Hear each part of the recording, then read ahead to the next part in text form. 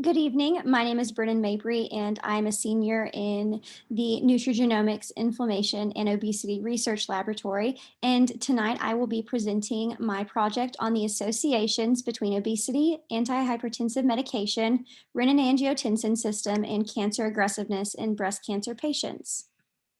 So to start, I'm going to give a brief introduction and an overview of breast cancer, obesity, the renin-angiotensin system, or RAS, and the associations between RAS and breast cancer. I will then move on to my hypothesis and the methods that we use to test this hypothesis, some current data that we have collected and the conclusions that we have drawn from this data, as well as some studies that we hope to perform in the future. Breast cancer comprises 30% of all cancers in women. In fact, 1 in 8 women throughout her lifetime is expected to develop breast cancer.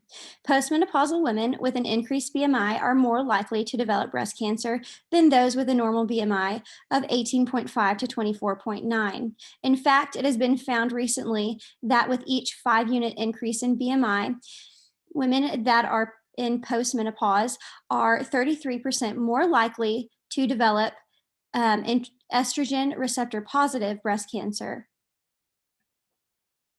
So, what is obesity?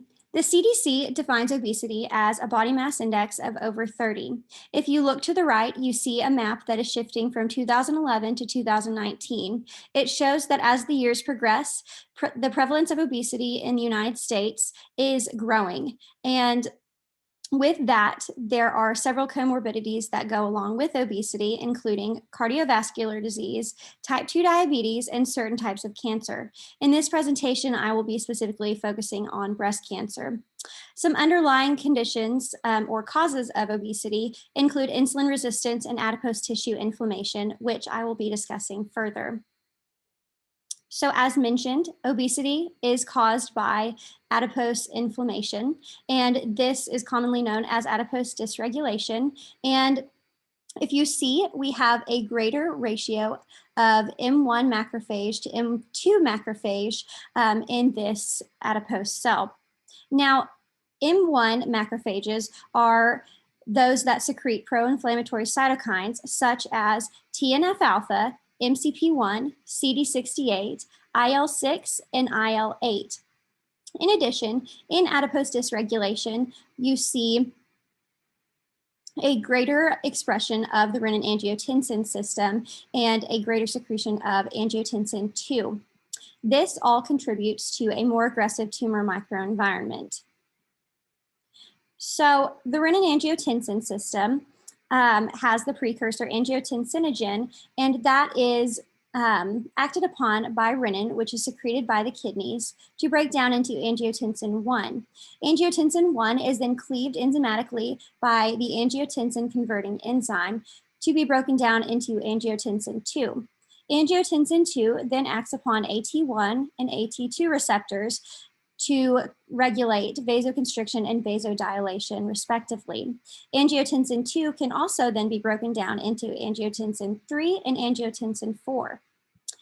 In another portion of the pathway, you see that angiotensin 1 is converted into angiotensin 1 through 9 by the action of ACE2, then to be broken down by angiotensin converting enzyme into angiotensin 1 through 7, and this activates the MAS receptor.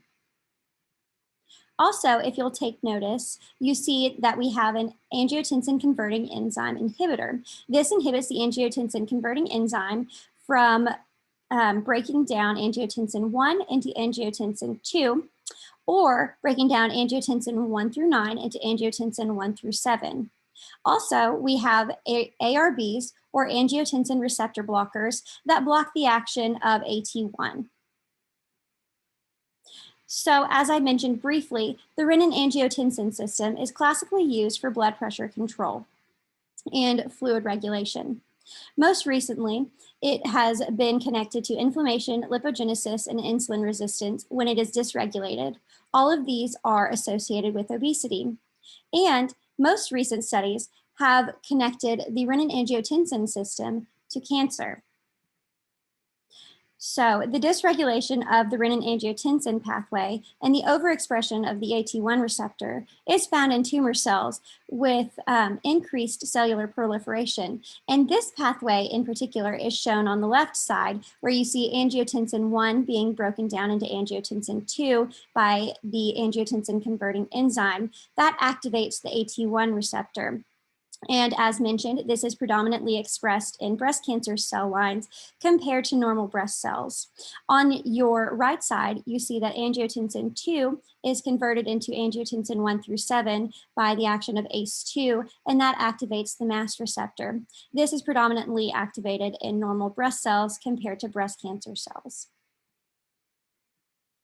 And with an increased activation of AT1, you, as I have mentioned, see an increased cellular proliferation as well as a more malignant tumor cell. So that leads to my hypothesis. If the AT1 receptor increases the progression of tumor malignancy, what would happen if we introduced an angiotensin converting enzyme inhibitor that prevents the pathway from activating? So our hypothesis is that if we do, in fact, introduce an ACE inhibitor, this will block the pathway and will promote a regression of tumor malignancy. To test this hypothesis, we had 85 patients enrolled from the Texas Tech Health Sciences Center. Information was collected about the grade of breast cancer, the percent proliferation, cancer aggressiveness, BMI, and antihypertensive medication use. Paraffinized breast cell tissues were collected from each of the 85 patients, and H&E staining and immunohistochemistry was performed on these slides to analyze the expression of AGT through chromogenic staining, AT1, CD68, and UCP1, all done using immunofluorescent staining. The characteristics of the study patients include primarily non-white Hispanic females who are postmenopausal and over the age of 50, as well as with an increased BMI. And you will see that we do have 29 of our patients with either using a single or combined use of antihypertensive medications. When we performed a simple correlation test between breast cancer aggressiveness, as shown by a Ki-67 expression, and BMI, we did not see any significance. This could be due to the fact that we did not separate the type of breast cancer into the subtypes, so we will be performing that test in the future. The next thing we looked at is H&E tissue staining. If you see on the right, we have a yellow arrow pointing to individual purple dots, and these purple dots are indicators of individual nuclei. Now, when they are in this particular pattern, you see that there is a basic tumor formation, and on the right side, you see that same type of pattern with an increased amount of nuclei all in the same area. H&E tissue staining can also be used to look at the adipocyte cell size, thus making the correlation between obesity and breast cancer. But in these two specific images, we do not have that, we don't have that shown. So we will be finding images of that in the future, and we will be performing analysis on those individual adipocyte cell sizes. Next, we looked at AGT staining, illustrating the expression of angiotensinogen in our different patients. And if you see on patient 3, we have a greater expression as shown by the darker red color versus patient 4 who had less expression as shown by a lighter pinkish reddish color. And currently, we don't know what the exact variation is. We just know that there is some variation, and we will be performing analysis to see what that specific variation between patients is. The next thing we looked at is CD68 staining, and this is denoted by the green fluorescent dots. And you see here that we have a greater amount of expression of the CD68 in patient 5, demonstrating a higher level of macrophage infiltration when compared to patient 6. Again, this will be something that we look into specifically for the variation between patients. Finally, we looked at UCP1 expression, and we found that this was low throughout most of our study patients. You can see here on the left side that we did have a little bit of expression in patient 7 and next to nothing in patient 8. And this could be due to the fact that there is just a low amount of brown adipose tissue within the breast tissue itself.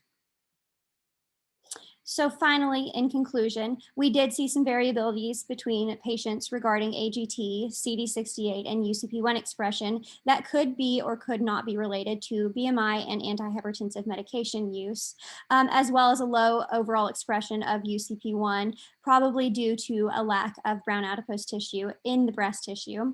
And then also, based on our preliminary analysis, there's no significant correlation between cancer aggressiveness and BMI, but we will be doing advanced statistical methods to analyze the associations between patient BMI, cancer aggressiveness, and antihypertensive medication use. And further correlation will be done between cancer aggressiveness and BMI to further differentiate between the subtypes of breast cancer. And then we'll also be performing immunofluorescence staining for AT1, as well as the quantification of the expression of AGT, CD68, AT1, and UCP1, all using the AdipoCounter software. So at this time, I would like to thank my mentors, Dr. Naima Mustad Musa and Flavia de Miranda Sardella, as well as all of the members of the Nutrigenomics Inflammation and Obesity Research Lab for all of your help and guidance, specifically Kalhara and Shane. I would also like to thank our wonderful funding partners, specifically the Honors College and the undergraduate research scholars supported by the CH and Helen Jones Foundation, as well as Susan G. Komen and the Breast Cancer Center of Excellence at the Texas Tech Health Sciences Center. Thank you so much for listening, and I would love to know if you have any questions. Thank you.